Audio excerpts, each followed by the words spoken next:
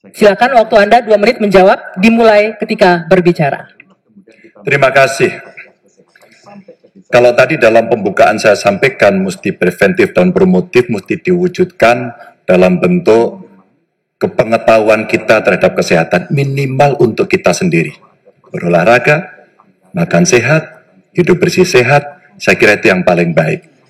Maka pada tahap berikutnya barulah kemudian kita memberikan fasilitas kesehatan sampai ke desa-desa seperti tadi saya sampaikan, 1 desa, 1 vaskes, 1 nakes. Hanya memang ketika undang-undang sebelumnya mengatur bahwa ada persentase dari anggaran untuk kesehatan mesti diberikan, terpotong kemarin. Rasanya ini mesti dikembalikan. Angka 5-10% menjadi angka yang bisa memastikan dalam politik kesehatan kita, layanan itu akan jauh bisa lebih baik. Namun ingat, kalau kita bicara angka harapan hidup, maka terhadap mereka mesti mendapatkan layanan kesehatan baik, mereka mesti mendapatkan hiburan yang baik, budayawan juga bisa membantu mereka untuk bisa membahagiakan mereka.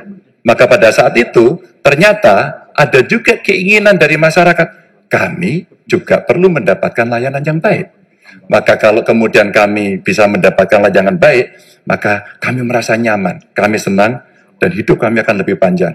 Maka peran posyandu, peran dasawisma, peran kelurahan, RT, itu menjadi kekuatan yang luar biasa. Di samping tentu saja, pemerintah akan mendampingi dalam setiap kebijakan yang ada.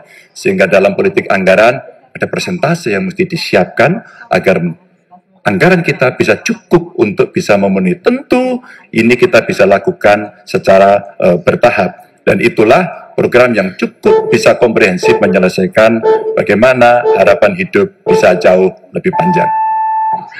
Ya, selanjutnya kami berikan kesempatan untuk Capres nomor 1 Bapak Anies Baswedan menanggapi jawaban yang disampaikan oleh Pak Ganjar. Silakan Pak Anies, waktu Anda 1 menit dimulai ketika berbicara.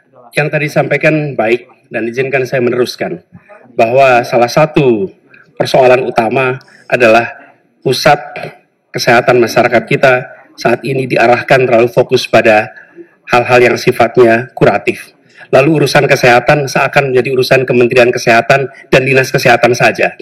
Dan salah satu masalah utama adalah banyak yang disebabkan oleh pola hidup yang tidak sehat. Karena itu kami melihat yang disebut sebagai promotif, preventif, kuratif ini harus seimbang.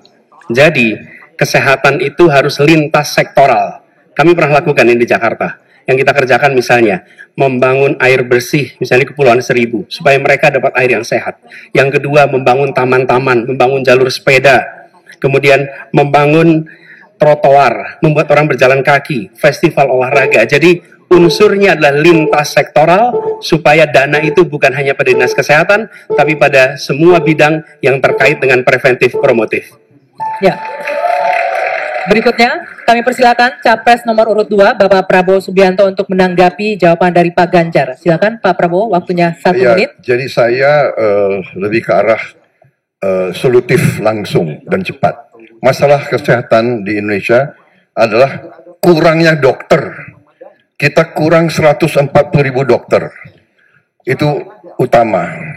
Bayangkan kalau ada yang kena stroke atau serangan jantung, 2 sebab yang paling besar kematian di beberapa kabupaten tidak ada spesialis jantung atau spesialis stroke. 2, tidak ada perlengkapan yang memadai. CT scan, PET scan, jarang ada di kabupaten. Ini harus kita atasi dan ini bisa kita atasi. Jadi solutifnya demikian. Dan yang paling penting dalam preventif adalah makan bergizi untuk anak-anak dan ibu-ibu yang melahirkan. Makan bergizi ini meningkatkan daya tahan, imunitas, mencegah penyakit. Ini adalah strategis sekali. Makan bergizi untuk anak-anak Indonesia. Terima kasih. Ya.